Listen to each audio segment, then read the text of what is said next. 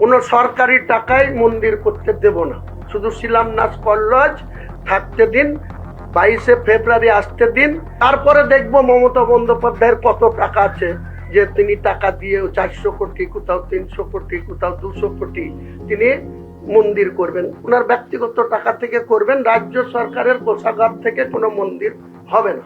কে হুমায়ুন কবির কে? মানে তার গ্রহণযোগ্যতা এই রাজ্য রাজনীতিতে কি আছে, বাংলার জনগণের কাছে কি আছে? হুমায়ুন কবির কেউ নয়। মানে ধরুন একটা রানু মণ্ডল কালকে কিছু বলল, আমার সেই কথার উত্তর দিতে হবে, এরকম তো নয়। হুমায়ুন কবির কে? অ্যাকচুয়ালি ভুলভাল বলে যে টিআরপি পাওয়ার জন্য সেইটা হুমায়ুন কবির। যদি আমি দেখি যে মন্দির উদ্বোধন হচ্ছে এবং সেটা কি জন্য হচ্ছে, দীঘার জগন্নাথ মন্দির উদ্বোধন হওয়ার পরে এই জানুয়ারি মাসে 2026-এর প্রথম দিন 1 লক্ষের বেশি মানুষ সেই দর্শনার্থী হয়েছিল ওই দীঘার জগন্নাথ মন্দিরে। এটা রাজ্যের যে কতটা আয়, সেটা হুমায়ুন কবিরের বোঝার ওই মোটা মাথায় ঢুকবে না। দীঘার যেই দোকানদার, যেই হোটেল ব্যবসায়ীরা রয়েছে, তাদেরকে গিয়ে একবার জিজ্ঞাসা করা হোক এই দীঘার জগন্নাথ মন্দির হওয়াতে তারা কতটা উপকৃত হয়েছে। ব্যবসা 3 গুণ বেড়েছে, মানে দ্বিগুণ নয়, তার বেশি বেড়েছে। প্রচুর মানুষ দীঘায় যাচ্ছে এবং ভিন রাজ্য থেকে মানুষ আসছে দীঘার জগন্নাথ মন্দির দেখতে। শুধু তাই নয়, প্রচুর বিদেশি মানুষ আসছেন দীঘার জগন্নাথ মন্দির দেখতে। এবং যদি রিসেন্টের কথা বলি, নিউ টাউনে দুর্গা মণ্ডপ উদ্বোধন করে দুর্গাপুজোকে কি লেভেলের মুখ্যমন্ত্রী মমতা বন্দ্যোপাধ্যায় নিয়ে গেছে সারা বিশ্বের দরবারে, সেটা আর বলার অবকাশ রাখে না।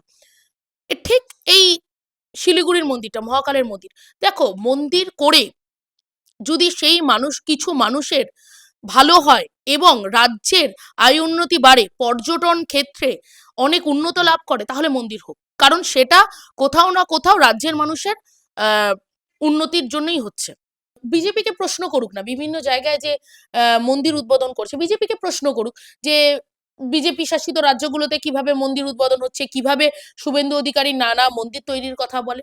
অ্যাকচুয়ালি তাদের টার্গেট, হুমায়ুন কবিরের টার্গেট হচ্ছে বাংলায় বিজেপির বি টিম সি টিম তো ওরা, তাই ওদের টার্গেট হচ্ছে মুখ্যমন্ত্রী মমতা বন্দ্যোপাধ্যায় কালকে যদি একটি চার্চ উদ্বোধন করে, একটি মসজিদ উদ্বোধন করে, ঠিক সেম প্রশ্নই করবে। কারণ ওদের প্রধান উদ্দেশ্য হচ্ছে মুখ্যমন্ত্রী, বাংলার মুখ্যমন্ত্রীকে টার্গেট করা। কিন্তু হুমায়ুন কবিরের কথা উত্তর দেওয়া আর রানু মণ্ডলের কথা উত্তর দেওয়া দুটো সেমই। হুমায়ুন কবির তো বলেছেন যে যদি তৃণমূলকে হারাতে হয়, যদি মমতা বন্দ্যোপাধ্যায়কে হারাতে হয়, তিনি বিজেপির সাথে জোট বাঁধতেও রাজি রয়েছেন। আমি তো বললাম ওটা তো বিজেপির সাথেই জোট, মানে ওটা জোটই।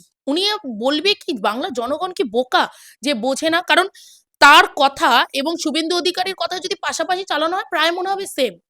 দুজনে একই সঙ্গে ফোনে কনফারেন্সে কথা বলে দুজনে বক্তব্য দিতে উঠছে। অ্যাকচুয়ালি বিজেপির সাথে অ্যালায়েন্স বাঁধার কিছু নেই। আমি এটা বলতে চাই যে তৃণমূল কংগ্রেসের যে মুসলিম সম্প্রদায়ের মানুষের ভোট আছে, সেটা হুমায়ুন কবির একটা কাটার চেষ্টা করছে। কিন্তু হুমায়ুনকে দেখে এই বাংলার মুসলিম সম্প্রদায়ের মানুষ কেন কোনো সম্প্রদায়ের মানুষই বিশ্বাস করে না, এবং তাকে ভোট দেওয়ার কথা তো দূরে, মানে দূরস্থ। ভোট কাটার যে ফর্মুলাতে হুমায়ুন কবির চলছে, এবং শুভেন্দু অধিকারীও যে হিন্দু ভোটটাকে বের করে নিয়ে যাবে, হুমায়ুন কবির মুসলিম ভোট বের করে নিয়ে যাবে, তৃণমূল কংগ্রেসকে শূন্য আসনে বসে থাকতে হবে, এরকম নয়। হুমায়ুন কবির চাইলে যার তার সাথে জোট বাঁধতে পারে এবং বাংলার মানুষ বোঝে কার সাথে জোট বেঁধে আছে। বিজেপির সাথে অ্যালায়েন্স করে চলুক, তাতে ভালোই হবে। তাতে রাজ্যের মানুষ আরো বুঝতে সুবিধা হবে।